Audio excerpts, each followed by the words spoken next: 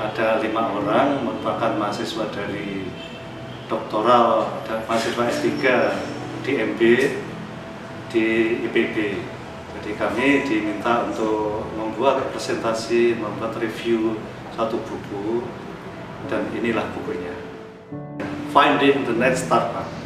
Kenapa kami memilih ini? Karena ini merupakan satu buku yang cukup menarik.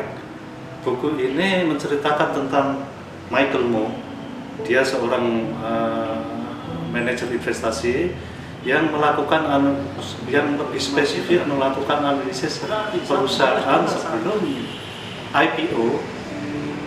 Kemudian dia melakukan investasi pada saat di awal IPO dan menanam sahamnya tersebut sampai beranak pinak dana tersebut. Nah, kenapa dia melakukan seperti itu? Karena dia lebih suka, dia lebih tertarik bahwa perusahaan-perusahaan seperti itu bisa tumbuh sangat cepat di luar perhitungan analisis matematis. Kemudian dia juga menunjukkan satu contoh bahwa bunga majmuk yang disampaikan oleh Albert Einstein itu merupakan satu keajaiban tersendiri di dunia finansial.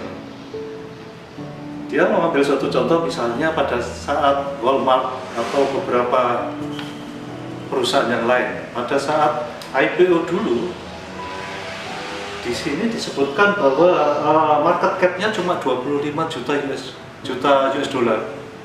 Sekarang market cap-nya sudah mencapai 195 miliar US dollar.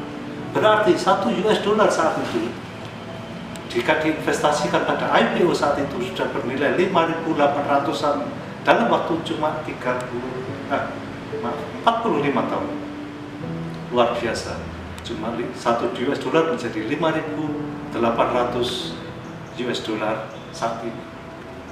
Dengan investasi seperti itu, dia mulai menceritakan bagaimana cara-caranya, bagaimana trik-triknya, maka akan diberikan oleh teman-teman saya pada bab-bab berikutnya.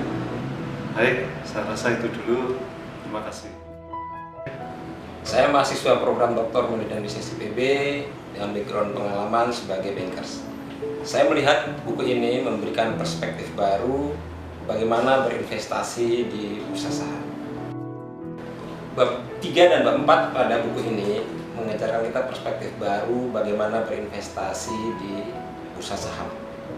Hal baru yang diajarkan adalah yang pertama, bagaimana mencari perusahaan prospektif di masa mendatang dengan istilah bagaimana mencari bintang di masa depan. Hal yang harus diketahui yang menjadi fokus para investor adalah bahwa trigger utama untuk pemilihan perusahaan yang prospektif adalah laba dan laba.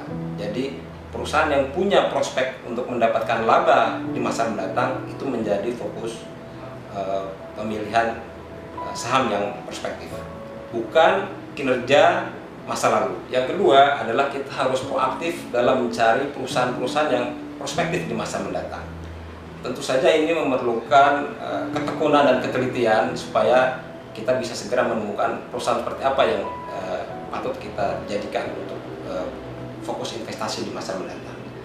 Hal lain yang menurut saya juga baru dan memberikan satu hal yang menarik, bahwa ketika kita salah dalam melakukan pemilihan investasi, kita tidak perlu mencari alasan atau argumentasi kenapa kita salah, tapi teruslah mencari perusahaan-perusahaan yang menurut kita prospektif di masa mendatang, dengan clue yang pertama bahwa perusahaan tersebut adalah memiliki prospektif laba ke depan yang sangat menarik.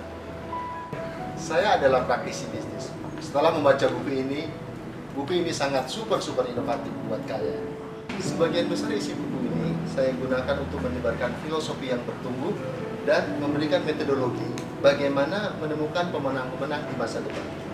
Saya hanya sedikit menjelaskan tentang bagaimana menilai perusahaan yang bertumbuh meskipun banyak investor, dan itu artinya adalah latihan. Poin penting dari buku ini adalah bagaimana kita menilai suatu perusahaan pada masa yang akan datang dengan menggunakan 3 teknik, yaitu teknik discounted cash flow, price earning to growth, dan price to sales. 4P yang disampaikan oleh Pak Joko itu terkait dengan people, product, potentiality, dan predictability. Di sini kalau saya lihat dari perspektif ilmu inovasi teknologi, penekanannya adalah pada people. Innovation begins with people. Dan yang paling penting adalah komitmen leadership pada people. Jadi kalau kita lihat juga ceritanya disampaikan di sini bahwa pada tahun 1925 industri yang terbesar itu adalah industri perkeretaapian dan pertambangan. Pada tahun 2005 tren itu berubah menjadi industri IT dan medical. Nah, bagaimana kita menciptakan mega trend ini? Bagaimana inovasi teknologi untuk bisa menciptakan itu? Sebabnya saya membaca buku ini dan saya melihat berbagai ilmu yang saya bisa pelajari dari sini. Yang pertama tadi mengenai office tadi yang berbeda dengan yang dilakukan di marketing mix. Dan ketiga adalah bagaimana kita menciptakan trends itu sehingga kita tidak hilang dalam pencarian bintang baru. Intinya buku ini menceritakan bagaimana memikirkan hari esok pada hari ini, bidang-bidang potensial untuk pertumbuhan masa depan. Jadi bagaimana kita melihat atau menilai suatu perusahaan yang akan kita lakukan investasi. Saya menilai buku ini sangat penting untuk dibaca bagi para investor karena di buku ini dijelaskan bagaimana cara berinvestasi yang unkonvensional.